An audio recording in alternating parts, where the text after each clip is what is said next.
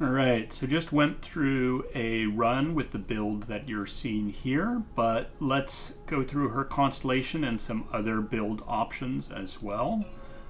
For her constellations, she has this 2-star. When your allies attack, you draw a unit. So attacking in multiple times, being able to draw units is really strong.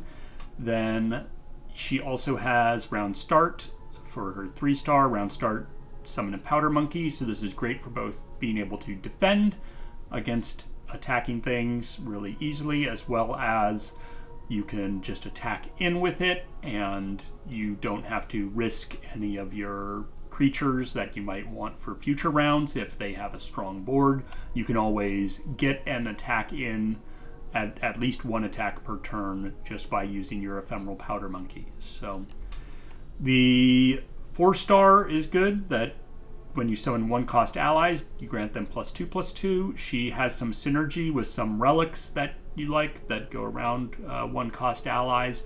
So just having them be a bit stronger, as well as your powder monkey is a 1-cost, so it becomes a 4/3, so even better there. There's also a bonus star that gives the powder monkey skirmishing saber. So this means that you're able to choose what you're attacking with this. You can guaranteed deal 4 damage to something on their board, and especially if you have a misfortune out. Also with her passive or trigger on attack, that can do even more damage to them, so it makes it a lot easier for controlling the board and how you're removing units. Of course, the mana gem, typical, always very strong. And then her 6-star, while in combat, your spells and skills deal 4 extra damage. Really good for both her signature spell, which is Make It Rain, as well as her sort of trigger on attack, as well as some of the other creatures she has in her deck that trigger things on attack. This is really strong. So let's talk about the relic builds. For the relic build you're seeing here, this was primarily focusing on her signature spell, which is Make It Rain, and this was making it so we'd have basically free copies of that, could cycle more of her back into our deck, redraw them, and just constantly rain damage down on their board and their nexus, and win through just that damage, especially with her 6-star. If we use the Make It Rains when we're attacking in, then that is extremely strong. So other options you could do if you're still trying to do something like this but you don't have these relics, you could of course use Ludens. Here is a easy substitute for the big guns. You can also use Ludens in combination with big guns. If you have both of those, that's always really strong. Echoing Spirit, the usual counterpart for this one is the Chameleon's Necklace. Here we go. So this one is very similar in that you get more copies. Of course, Echoing Spirit way stronger in that you both get the cost reduction and you get a lot more copies. So not particularly something where I'd say, oh yeah, this is amazing on her, but it is a potential substitution if you are just looking to make sure you're drawing her and being able to use her power from this. So that is an option there. If you're not going based off her champion spell and you're more looking to go based off, attacking in with lots of 1-cost creatures and things like that, her signature relic is Shock and Awe. So this is a relic that I don't know if it's still purchasable, but it comes in her champion pack. When you buy her, you can get this. It's one of those packages that it sells like a bunch of things with the champion, but this is the relic that you can get with her. This makes it so when you're attacking in with 1 or less cost allies, you deal 1 to the enemy nexus, and this counts as a skill. So this will also trigger her 6-star, but even if you don't have her 6-star, like even with just these, this will mean it's dealing 3 damage for each 1-cost unit you're attacking with. And so that can also be like if you have your powder monkey each turn, that's going to trigger this. If you want additional ways to trigger this, you can also use something like Packed Powder here. So Packed Powder, if you've already done a damage to the Nexus this turn, this will make her a 1-cost unit, so then she'll also trigger Shock and Awe. And if you don't have Packed Powder, there's also the Scourge's Stash.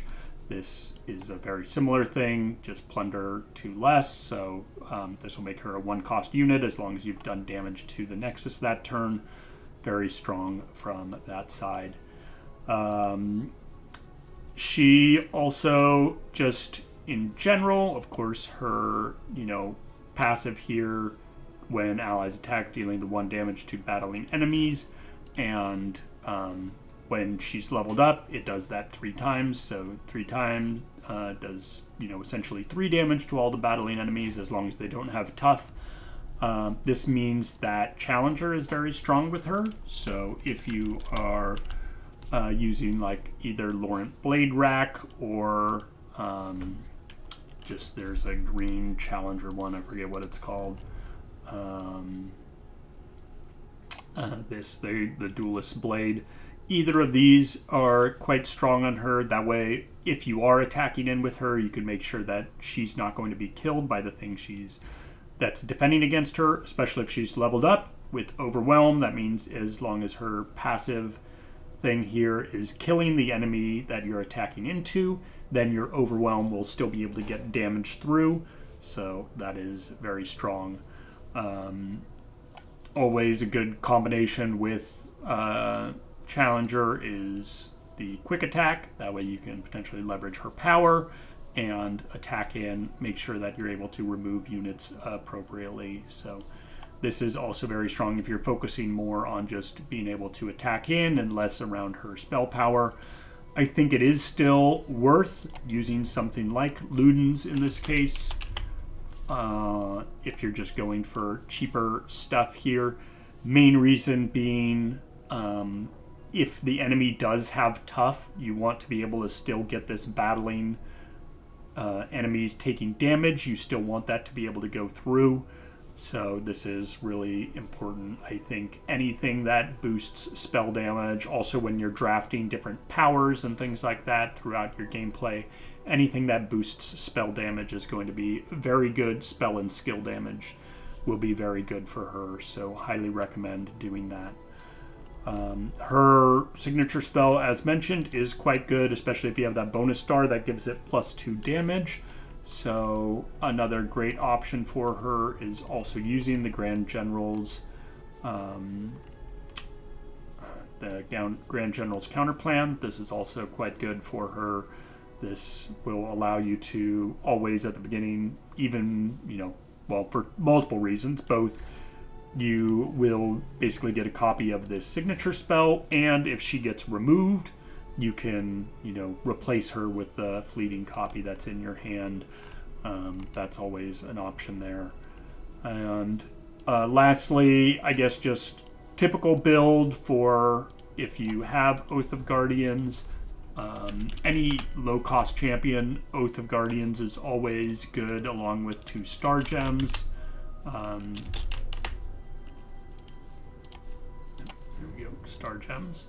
So 2 Star Gems, this is just basically anytime you have a cheap champion that you can toss out on turn 1 or 2, this will make it so you get, a other champion, you immediately get to draw one of them, and you will likely be able to play them either that turn or the next turn. So that's very strong in terms of tempo and just a good way to go about things. So always a build option to keep in mind for low-cost champions.